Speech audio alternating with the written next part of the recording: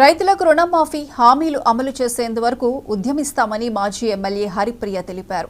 ఇల్లందు తహసీల్దార్ కార్యాలయం ఎదుట మాజీ ఎమ్మెల్యే బానోతు హరిప్రియ ఆధ్వర్యంలో బీఆర్ఎస్ శ్రేణులు రుణమాఫీ తీరును నిరసిస్తూ ధర్నా చేపట్టారు. రైతులందరికీ ఎటువంటి షరతులు లేకుండా 2 లక్షల రుణమాఫీ చేయాలని మాజీ ఎమ్మెల్యే హరిప్రియ ప్రభుత్వాన్ని డిమాండ్ చేశారు. ఎన్నికల సమయంలో 40,000 కోట్ల రుణమాఫీని ప్రకటించి తీరా 17,000 కోట్లు మాత్రమే రుణమాఫీ చేసిందని, వాటిలో 7,000 కోట్ల రుణమాఫీ మాత్రమే రైతులకు దక్కిందని హరిప్రియ పేర్కొన్నారు. రైతు బంధునిచ్చాము, నేడు రుణమాఫీ లేకపోయే, రైతు బంధు లేకుండా ఈరోజు రైతాంగం అందరూ కూడా ఇబ్బంది పడేటటువంటి పరిస్థితి. డిసెంబర్ 9న రైతు రుణమాఫీ చేస్తానన్నారు.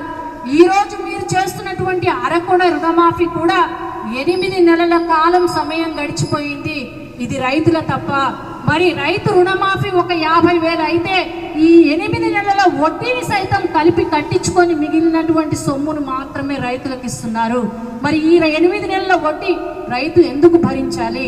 2 లక్షలకు పైగా అప్పు ఉంటే మరి ఆ 2 లక్షలకు పైగా అప్పు ఉన్నటువంటి వాటిని తీరుస్తేనే 2 లక్షలు ఇస్తామనేటటువంటి షరతు పెట్టడం ఎక్కడిది?